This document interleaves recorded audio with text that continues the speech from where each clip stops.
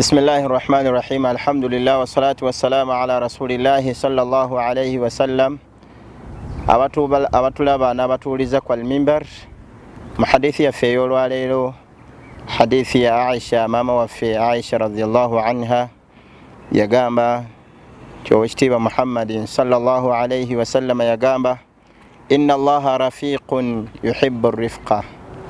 Allah mukwata mpola, Allah mukwata mpola, yuhibbu rifqa, era ayagala nnyo obukwata mpola.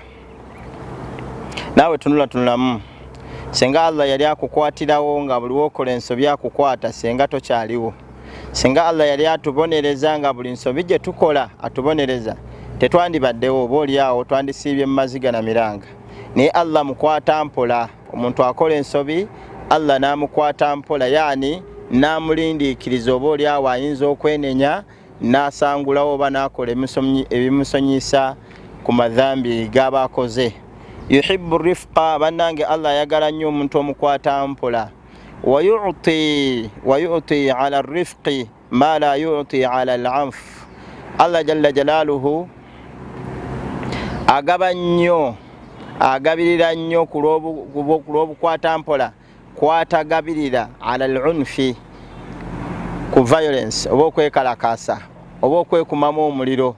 Yani senga obukwata mpola bubeerawo, Allah ateekawo bwangu bungi n'atugabirira nnyo ku lw'obukwata mpola, kwatagabirira oba oliawo omuntu ateeseewo omuliro nakwekalakasa.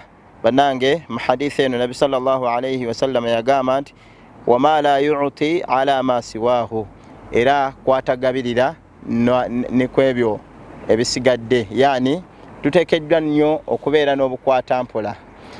Mu hadithi endala yagamba Nabi sallallahu alayhi wa sallam, inna rifqa la yakuna fi shay'in illa zana. Bannange, obukwata mpola tebuyinza kubeera mu kintu okujjako nga bukiwunda, wala yanzi'u min shay'in illa sha'na, ate tebusobola kubula mu kintu okujjako nga kyonooneka.